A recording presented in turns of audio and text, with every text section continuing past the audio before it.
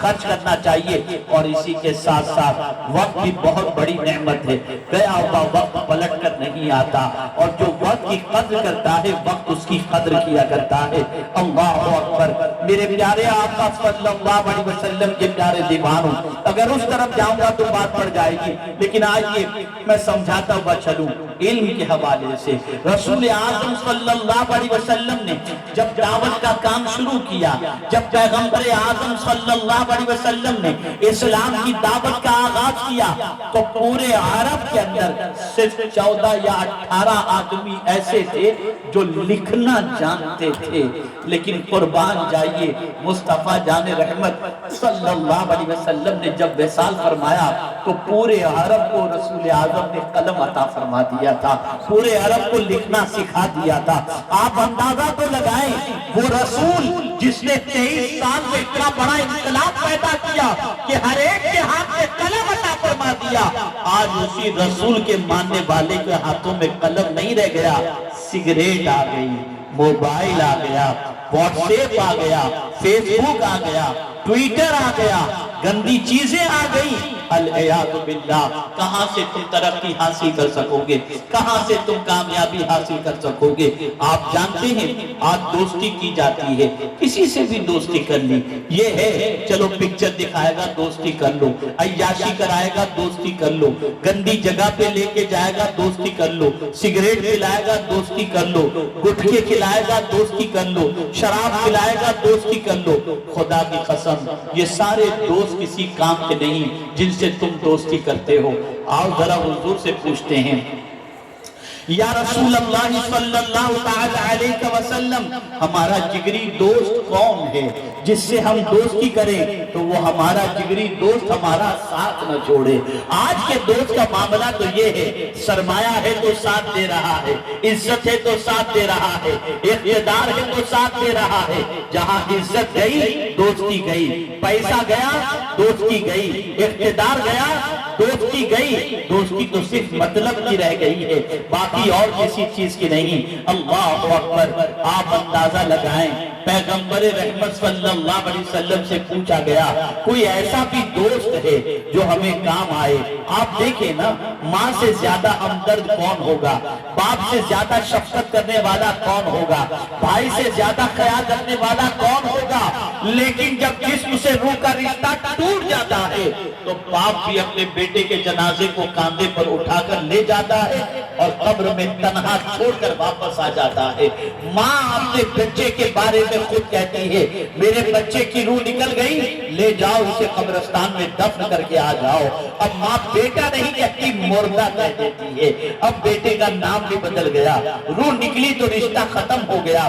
مردے کو اٹھاؤ، میت کو اٹھاؤ، یہی گھر سے آواز آتی ہے۔ بھائی کاندھے پر اٹھا کر میت کو لے جاتا ہے، قبر کے سپرد کر کے آ جاتا ہے۔ اندازہ لگائیں، کوئی قبر میں نہیں آتا، ماں بھی نہیں آتی، باپ بھی نہیں آتا، دوست بھی نہیں آتا، بیٹا بھی نہیں آتا، کوئی بھی نہیں آتا۔ اب آئیے حضور سے پوچھتے ہیں، یا رسول اللہ صلی اللہ علیہ وسلم، کوئی ایسا بھی دوست ہے جہاں کوئی کام نہ آتا ہو تو وہ ہمیں کام آئے، قبر میں بھی کام آئے، محشر میں بھی کام آئے، دنیا میں بھی کام آئے، آخرت میں بھی کام آئے؟ ہم بتائیں سرکار، ہم کو بتائیں سرکار، تاکہ ہم اس سے دوستی کریں۔ تو میرے آقا صلی اللہ علیہ وسلم فرماتے ہیں علیکم بالعلم فإن العلم خلیل المؤمن۔ سرکار فرماتے ہیں علم کو لازم پکڑو کہ علم تمہارا بہترین دوست ہے۔ اللہ اکبر، علم ہی بہترین دوست ہے۔ علم تمہارا ساتھ کبھی نہیں چھوڑے گا۔ تم اگر کہیں پھنس گئے ہو تو علم ہوگا تو نکلنے کا راستہ تمہیں بتائے گا، علم ہوگا تو تقویٰ کی دولت تمہیں نصیب ہوگی، علم ہوگا تو قبر کی تاریک وادی میں جواب دے سکو گے، اور علم ہوگا تو میدان محشر میں علم کی بنیاد پر مولا نجات عطا فرمائے گا۔ آپ جانتے ہو، اللہ اکبر، علم کا معاملہ کیا ہے؟ حضرت مولا علی کرم اللہ تعالی وجہہ الکریم ارشاد فرماتے ہیں رضیت قسمت الجبار، رضینا قسمت الجبار فینا لنا العلم للجہال مال فإن المال یفنی عن قریبی وإن العلم یبقی لا یزال۔ ارشاد فرماتے میں اپنے رب کی تقسیم سے راضی ہو گیا کہ اللہ نے مجھے علم عطا فرمایا، جاہلوں کو مال عطا فرمایا۔ آپ اندازہ لگائیں، علم اتنی بڑی چیز ہے کہ جس کے پاس علم ہوتا ہے اللہ اسے عزت عطا کرتا ہے۔ آپ دیکھیں نا، آپ میں سے بہت سارے اس وقت یہاں پر موجود ہوں گے جن کے پاس یہاں بیٹھے ہوں میں سے کئی گنا زیادہ پیسہ ہوگا، مکانات ہوں گے، گاڑیاں ہوں گی، لیکن یہ علم ہی تو ہے جس کی وجہ سے اللہ نے انہیں عزت عطا فرمائی ہے کہ یہ اسٹیج پر بیٹھے ہوئے ہیں، آپ ان کا ہاتھ چومتے ہیں، مسجد میں ان کی اقتداء میں نماز ادا کرتے ہیں، ان کی گفتگو کو سنتے ہیں، ان کو سلام پیش کرتے ہیں، ان کی دعائیں لیتے ہیں، اپنی بھکا ان کے سامنے رکھتے ہیں۔ وجہ کیا ہے؟ یہ علم ہے جو عزت دے رہا ہے، یہ علم ہے جو وقار دے رہا ہے، یہ علم ہے جو سربلندی دے رہا ہے۔ ہم نے علم سے اپنا رشتہ کمزور کر لیا، علم سے اپنا تعلق کمزور کر لیا۔ دنیا کا ہر مسلمان یہ چاہتا ہے کہ اسلام زندہ رہے۔ اسلام کیسے زندہ رہے گا؟ بلڈنگوں سے زندہ رہے گا، پراپرٹی سے زندہ رہے گا، بینک بیلنس سے زندہ رہے گا۔ آؤ میں حضور کی حدیث تمہیں سنا دوں تاکہ تم محسوس کر سکو کہ علم کس بنیاد پر، اسلام کس بنیاد پر زندہ رہے گا۔ پوچھا گیا آقا کریم صلی اللہ علیہ وسلم سے، اسلام کی زندگی کس چیز سے ہے؟ ہم اسلام کو زندہ دیکھنا چاہتے ہیں، آپ بھی دیکھنا چاہتے ہیں، ہم بھی دیکھنا چاہتے ہیں۔ مصطفیٰ پیارے سے پوچھا گیا اسلام کی زندگی کس چیز سے ہے؟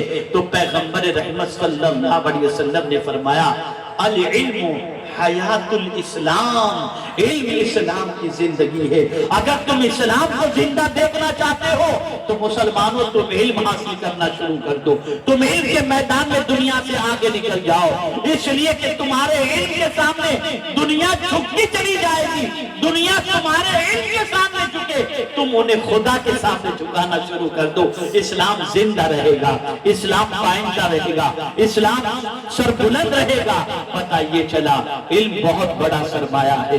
رسول اعظم صلی اللہ علیہ وسلم نے علمی انقلاب پیدا فرمایا، اور کس طریقے سے صحابہ کے دل میں علم کی عظمت پیدا فرمائی کہ اللہ اکبر، رسول اعظم صلی اللہ علیہ وسلم ابھارتے تھے اپنے صحابہ کو، علم کے سلسلے میں جوش دلاتے تھے۔ آج ہمارے یہاں پیسہ کمانے کے لیے جوش دلایا جاتا ہے، علم کے لیے کوئی جوش نہیں دلایا جاتا۔ رسول اعظم علم کے لیے جوش دلاتے تھے۔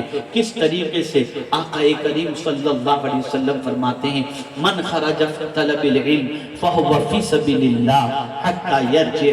رسول اعظم فرماتے ہیں جو علم کی طلب کے لیے گھر سے نکلا وہ اللہ کی راہ میں ہے یہاں تک کہ وہ لوٹے، بلکہ یہاں تک رسول اعظم صلی اللہ علیہ وسلم فرماتے ہیں جو بندہ علم کی طلب میں نکلتا ہے اللہ اس کے لیے جنت کا راستہ آسان کر دیا کرتا ہے۔ اے رسول اعظم کے دیوانوں، بدل ڈالو اپنی سوچ کو۔ آپ نے کہا کوئی نوجوان اگر تیار ہو جائے، آپ کے یہاں کے کچھ لوگ تیار ہو جائیں، اور یہاں میں نوجوانوں کی ہی بات کیوں کروں، مجھے معمر حضرات بھی نظر آ رہے ہیں، ایجیڈ بھی نظر آ رہے ہیں، ریٹائرڈ بھی نظر آ رہے ہیں۔ آپ کے لیے تو سنہرا وقت ہے، آپ اس عمر میں قرآن سیکھو۔ میں نے خود اپنے زمانے طالب علمی میں بہت چھوٹی سی عمر کے اندر میں نے بھی ایک 65 سال کے بوڑھے کو میں نے 3 مہینے میں قرآن پڑھنا سکھایا تھا۔ اس نے مجھے زندگی بھر دعائیں دی اور اس نے کہا اس عمر میں آپ نے مجھے قرآن سکھا کر میری آخرت سنوار دی ہے۔ اب وہ شخص قرآن اتنا پڑھتا تھا کہ ہر تیسرے دن، چوتھے دن یا 7ویں دن ایک قرآن ختم کر لیا کرتا تھا۔ میں یہ کہنا چاہتا ہوں آپ اگر بوڑھے ہیں کیوں گلی کوچوں میں بیٹھتے ہیں، کیوں ٹائم پاس کرتے ہیں، کیوں گپ شپ کرتے ہیں؟ چلے جائیے کسی مسجد کے امام کے پاس، ان سے کہیے کہ مجھے قرآن سکھائیے، سیکھ لو قرآن اور پڑھتے رہو قرآن، پھر تم دیکھنا تمہیں دنیا میں بھی سکون ملے گا، قبر میں بھی سکون ملے گا اور محشر میں بھی سکون ملے گا۔ لیکن اگر تم نے اپنے وقت کو ضائع کر کے اس بڑھاپے کو بیڑی پھونکنے میں خرچ کر دیا، سگریٹ پھونکنے میں خرچ کر دیا، گلا غیبت کے اندر خرچ کر دیا، لوگوں کی ٹانگ گھسیٹنے کے اندر خرچ کر دیا، تو نہ قبر میں سکون ملے گا، نہ دنیا میں سکون ملے گا، نہ آخرت میں۔ سیکھو، ہر ایج کے لوگ سیکھو۔ اللہ کے رسول صلی اللہ علیہ وسلم کی دعوت پر ابتدائی دنوں میں جن لوگوں نے اسلام قبول کیا ان کی عمریں کیا تھیں؟ ذرا جائزہ تو لیں آپ۔ صدیق اکبر نے جب اسلام قبول کیا تب ان کی عمر عمر کیا تھی؟ بچوں میں تو صرف مولا علی تھے جو چھوٹے تھے اور انہوں نے اسلام قبول کیا. حضرت بلال کی ایج کیا تھی؟ حضرت عبد الرحمن ابن عوف کی ایج کیا تھی؟ یہ سب بڑے تھے.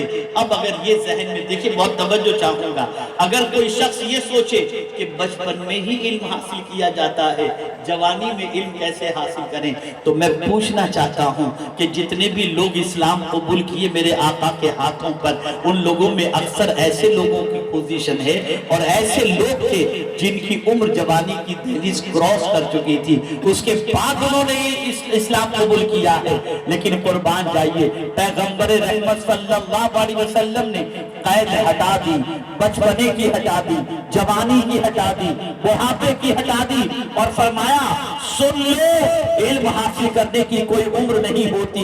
اطلب العلم من المہد الی اللحد، ماں کی گود سے لے کر قبر کی گود تک علم حاصل کرو. یہ نہ سوچو کہ میں بوڑھا ہو گیا ہوں علم کیسے حاصل کروں. نہیں، تم چھوٹے ہو تو علم حاصل کرو، جوان ہو تو علم حاصل کرو، بوڑھے ہو تو علم حاصل کرو. یہاں تک کہ تمہارا ایک پیر قبر میں پہنچنے کے قریب بن چکا ہے، تب بھی تم علم حاصل کرو. اگر تمہاری یہ پوزیشن رہی تو سن لو، دنیا کی کوئی طاقت تمہیں جھکا نہیں سکے گی. جہاں سے تم گزرو گے دنیا تمہارے قدموں کے اندر جھکتی دکھائی دے گی اور کامیابی تمہارے قدموں کا بوسہ لیتی نظر آئے گی. علم بہت بڑا سرمایہ ہے. علم حاصل کرو، گھر گھر مکاتب قائم کرو، محلے محلے اسکول قائم کرو. عزم کرو کہ ہماری قوم کا کوئی بچہ جاہل رہنے نہ پائے. میں ان لوگوں کو سلام پیش کرتا ہوں، نوجوانوں کو.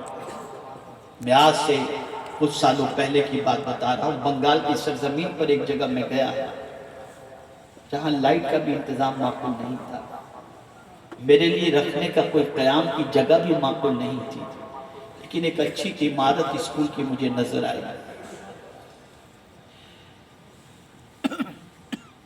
پروگرام سے پہلے جو مولانا مجھے مدعو کیے تھے، انہوں نے کہا کہ حضرت جس کمیٹی نے آپ کو بلانے کے لیے مجھ سے کہا وہ کم و بیش اس کے ممبر 180 یا 220 کے قریب بچے ہیں.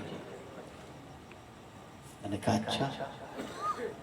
میں نے کہا اتنی بڑی کمیٹی ہے؟ تو بولے ہاں. میں نے کہا یہ لوگ کرتے کیا ہے؟ اب جواب سنیے گا. مولانا نے مجھ سے کہا کہ حضرت کوئی بنگلور میں، کوئی کولکتہ میں، کوئی ممبئی میں، کوئی دہلی میں، ان بڑے شہروں کے اندر ہوٹل کے اندر برتن صاف کرتے ہیں، اور کچھ لوگ ایسے ہیں جو پی یو پی کا کام کرتے ہیں، تھوڑے بہت اسٹیبل ہیں، باقی زیادہ تر بچے یہ سارا کام کرتے ہیں. اور پھر انہوں نے جو جملہ کہا وہ سنیے. انہوں نے کہا جو عمارت دیکھ کر آپ بہت تعجب کر رہے تھے اسکول کی، یہ عمارت انہی بچوں نے بنوائی، انہی بچوں نے. میں نے کہا وہ کیوں، وہ کیسے؟ تو بولے یہ بچے یہ کہتے تھے کہ بڑے شہروں میں بڑے باپ کے بیٹے جب ہوٹل میں کھانے کے لیے آتے ہیں تو ان کی زبان سے گفتگو سن کر ہمیں ایسا لگتا کہ اگر ہم نے کچھ انتظام نہیں کیا آنے والی نسلوں کے لیے تو ہمارے بچے بھی وہی کام کریں گے جو ہم کر رہے ہیں. تو ہم اپنی کمائی میں سے کچھ پیسہ جمع کریں تاکہ ہم عمارت بنائیں، تعلیم کا انتظام کریں تاکہ آنے والی نسل علم کے زیور سے آراستہ ہو جائے. یقین مانے میری آنکھ میں آنسو آ گئے اور ان بچوں کو سلام پیش کرنے کو جی چاہا جن بچوں نے اپنے گھر سے پہلے اپنے علاقے کے بچوں کے مستقبل کا انتظام کیا. کیا یہاں پر ایسے لوگ نہیں ہیں جو یہ انتظام کر سکتے ہوں؟ سوچو اپنے نبی کی امت کے بارے میں، اپنی قوم کے بارے میں سوچو، اپنے لوگوں کے بارے میں سوچو. سب سے زیادہ بچہ مزدور پوری دنیا، پورے ہندوستان کے اندر آپ کو بہار اور بنگال اور یو پی وغیرہ کے نظر آئیں گے. کیا آپ کو احساس نہیں ہوتا کہ ہمارا یہی بچہ مسجد کا امام ہو، درسگاہ کا شیخ الحدیث ہو، یا کسی ڈسپینسری کے اندر ڈاکٹر ہو یا انجینئر ہو یا بڑی پوسٹ پر ہو؟ کیا یہ خیال نہیں آتا؟ کیا صرف یہی خیال آتا ہے کہ میرا ہی بچہ یہ سب کرے؟ نہیں، اگر آپ صرف اپنے بچے کا سوچ رہے ہیں تو آپ خود غرض ہیں، اپنی قوم کے سارے بچوں کو اپنا بچہ سمجھ کر آپ سوچیں گے تو یقین مانیے یہی بچے آپ کے لیے دعائیں دیں گے اور آپ کی نجات کا سامان بنیں گے۔ علم بہت بڑا سرمایہ ہے، اور علم کے ساتھ ساتھ اخلاق۔ حضور صلی اللہ علیہ وسلم فرماتے ہیں بعثت لأتمم مکارم الاخلاق، میں اخلاق کو کمپلیٹ کرنے کے لیے مبعوث کیا گیا۔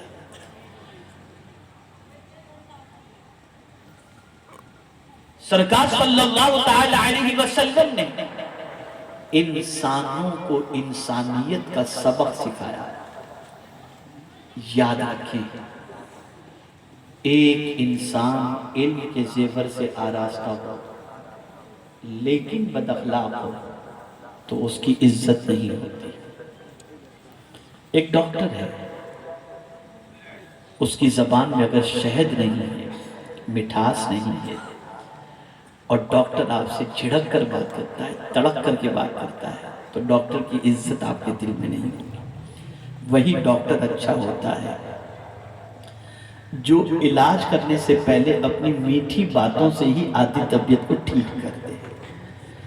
اگر اخلاق نہیں ہے اور ڈاکٹر ہے تو کڈنی چوری کر کے بیچے گا، لیکن اگر اخلاق اس کے پاس ہے تو اپنی ہی کڈنی ڈونیٹ کر کے کسی کی زندگی بچائے گا۔ اخلاق بہت اہم چیز ہے۔ رسول اعظم نے علم کے ساتھ اخلاق کو جوڑ کے رکھا۔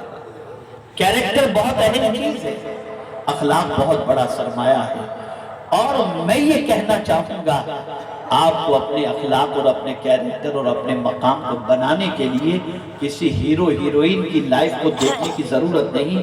میں پوری دیانتداری کے ساتھ کہتا ہوں میرے رسول کی زندگی کو پڑھو، ان کی عادات و اطوار کو پڑھو اور اس کے بعد تم اپنا لو، اللہ تمہیں اتنی عزت عطا کرے گا کہ تم سوچ میں پڑ جاؤ گے کہ حضور کی اداؤں میں اتنی عزت ہے، اتنی عزت اور اتنا مقام ہے۔ ہم نے ادائے مصطفیٰ کو چھوڑ دیا۔ شاعر مشرق نے کہا طریق مصطفیٰ کو چھوڑنا ہے وجہ بربادی۔ بربادی کی وجہ یہی ہے کہ ہم نے طریق مصطفیٰ کو چھوڑ دیا۔ ہم نے ہیرو کو دیکھا بال ایسے رکھ رہا ہے تو ہماری قوم چلی اس طرح سے بات۔ میں تو کبھی کبھی پچرنگی بال والے نوجوانوں کو دیکھتا ہوں تو لگتا ہے کہ یہ انسان جا رہا ہے، گدھا جا رہا ہے۔ پھٹے ہوئے پینٹ، پھٹی ہوئی پینٹ جینس پہن کر چل پڑتے ہیں۔ حیرت کی بات ہے، کیا ہو گیا تمہیں؟ کیسی سوچ بن گئی تمہاری؟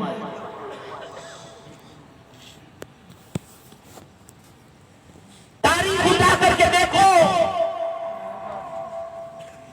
صدیاں گزر گئی سلطان الہند کے وصال کو، لیکن آج بھی سلطان الہند کے آستانے کی خاک کو لوگ اپنی آنکھوں کا سرما بنانا پسند کرتے ہیں۔ کیا تھا؟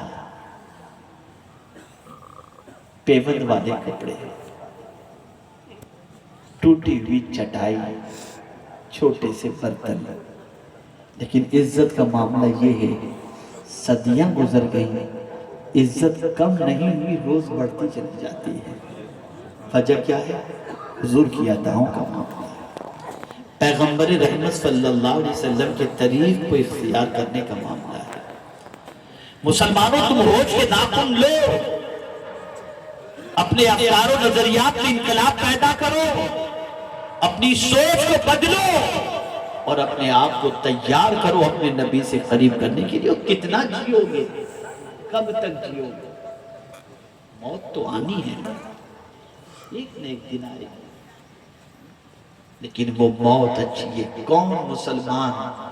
بلکہ وہ شرابی مسلمان جو زندگی بھر شراب پیتا ہے، وہ بے نمازی مسلمان جو زندگی بھر نماز چھوڑتا ہے، اس سے پوچھو تم کس طرح مرنا چاہتے ہو؟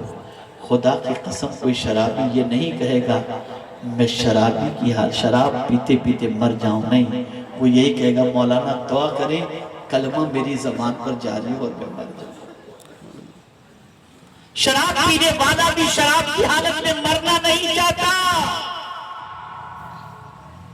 تو جب آپ جینا چاہتے ہیں، مرنا چاہتے ہیں قرآن پر اور کلمہ طیبہ پر، تو جینا بھی قرآن کے مطابق سیکھو اور مرنا بھی قرآن کے مطابق مرنے کے لیے تیار ہو جاؤ۔ اخلاق بہت بڑا سرمایہ ہے، بہت بڑی دولت ہے۔ آقا کریم صلی اللہ علیہ وسلم نے ارشاد فرمایا کل بروز قیامت میزان پر جو سب سے وزنی چیز ہوگی اعمال میں وہ اخلاق، اخلاق سب سے وزنی چیز، بلکہ رسول اعظم صلی اللہ علیہ وسلم فرماتے ہیں اچھے اخلاق والا رات بھر قیام کرنے والے اور دن بھر روزہ رکھنے والے کے برابر ہو جایا کرتا ہے، جس کی اخلاق اچھے ہیں۔ آج اخلاق ہمارے خراب ہو گئے، گالیاں زبان پر، جھوٹ زبان پر، اذیت رسانی عادت کے اندر شامل، بلکہ ظالم لڑکے لوگ جہیز کے نام پر لوٹنے والے، یہ بھی آپ دیکھ لیں بد اخلاقی کا مظاہرہ کر رہے ہیں۔ ابھی گجرات میں ایک جگہ میں پروگرام میں گیا، چونکہ شادی کی تقریب تھی، اس سے پہلے گفتگو کرنی تھی، تو مجھے کان میں کہا گیا کہ حضرت ذرا اس پر ضرور بولیے گا۔ میں نے کہا کس پر؟ تو انہوں نے کہا یہاں یہ معاملہ ہے کہ نوجوان شادی کرتے ہیں اور پھر ایک مہینے کے بعد بیوی سے جھگڑا شروع کر دیتے ہیں، اتنا ستاتے ہیں اتنا ستاتے ہیں اتنا ستاتے ہیں کہ پھر بیوی اور اس کے سسرال، بیوی اور اس کے گھر والے یہ کہتے ہیں کہ بھئی طلاق دے دو ہمیں، ہماری بچی کو طلاق دے دو۔ تو پھر اس کے بعد ڈیمانڈ شروع کرتے ہیں، اگر تمہاری بچی کو طلاق چاہیے تو 75 لاکھ دینے پڑیں گے، 50 لاکھ دینے پڑیں گے، تب ہم تمہاری بچی کو طلاق دیں گے۔ یہ مسلمان، یہ مسلمان جس طلاق کے بارے میں آقا کریم صلی اللہ علیہ وسلم فرماتے کہ حلال چیزوں میں اللہ کو اگر کوئی چیز سب سے زیادہ ناپسند ہے تو وہ طلاق ہے۔ دنیا کے انسانوں کے ساتھ اچھا سلوک کرنے والے، دنیا کے انسانوں کے ساتھ اچھی طرح سے پیش آنے والے، اور دنیا انہیں ہزار بہتر کہتی ہو، لیکن پیغمبر رحمت صلی اللہ علیہ وسلم نے بہتری کی سند اسے عطا فرمائی۔ سرکار فرماتے تم میں بہتر وہ ہے جو اپنے اہل و عیال میں بہتر ہے، اور میں تم سب میں بہتر ہوں کہ اپنے اہل و عیال میں بہتر ہوں۔ بیوی بچوں پر زیادتی کرنے والا انسان کبھی بہتر نہیں ہو سکتا۔ ان کے حقوق کو ادا کرو، ان کے ساتھ اچھے اخلاق سے پیش آؤ۔ اخلاق بہت بڑا سرمایہ ہے۔ بس ایک جملہ عرض کر کے میں اپنی گفتگو کو ختم کرتا ہوں۔ یاد رکھیں علم کی کمی، غور سے سنیے گا، یہ جملہ دل کے اندر بٹھا کر جائیے۔ اگر آپ میں ایجوکیشن کی کمی ہے، علم کی کمی ہے، تو اخلاق اس علم کی کمی کو پورا کر دے گا۔ اخلاق اس علم کی کمی کو پورا کر دے گا۔ یعنی آپ پڑھے لکھے نہیں ہیں لیکن آپ کے اخلاق بہت اچھے ہیں، آپ ہر ایک کی خوشی میں شریک ہوتے ہو، غم میں شریک ہوتے ہو، اچھی طرح سے ملتے ہو، خیریت دریافت کرتے ہو، اکڑتے نہیں ہو، ملنسار ہو، ہر ایک کے دکھ درد میں شریک ہوتے ہو، لیکن پڑھے لکھے نہیں ہو، تب بھی دنیا آپ کی عزت کرے۔ تو علم کی کمی کو اخلاق پوری کر دیتا ہے، لیکن اخلاق میں اگر کمی ہے تو علم پوری نہیں کر سکتا۔ بڑے پڑھے لکھے ہیں آپ، لیکن تیوری چڑھی رہتی ہے، عزت نہیں ملے گی، چھڑک رہے ہیں، عزت نہیں ملے گی۔ اسی لیے تو میرے مصطفیٰ جان رحمت صلی اللہ علیہ وسلم نے فرمایا لوگوں سے مسکراتے ہوئے ملو۔ جب تم مسکراؤ گے تو لوگ سمجھ جائیں گے یہ تکبر نہیں کرتا، یہ تو بڑا ملنسار ہے، تمہاری مسکراہٹ میں اس کے دل میں تمہاری محبت کو جگہ عطا فرماتا۔ اخلاق اپناؤ، گالی گلوچ سے رشتہ ختم کرو، سب علم کی طرف قدم بڑھاؤ، سب اخلاق کی طرف قدم بڑھاؤ۔ یقین مانیں اتنی رات تک جلسہ چلا کر کوئی فائدہ نہیں. آپ محسوس کر سکتے ہوں گے کہ جو شروع وقت میں لوگ تھے پتہ نہیں وہ کہاں ہوں گے، سو گئے ہوں گے، گھر چلے گئے ہوں گے، کہاں ہوں گے. یہ اب 50 سال پہلے والا دور نہیں ہے کہ ٹریکٹر سے لوگ آتے، بیل گاڑی سے لوگ آتے، پھر رات کو کہاں جاتے. اب آنے والے سب اپنے اپنے وہیکل سے آتے ہیں. آپ پروگرام کو 11 تک ختم کر دیں.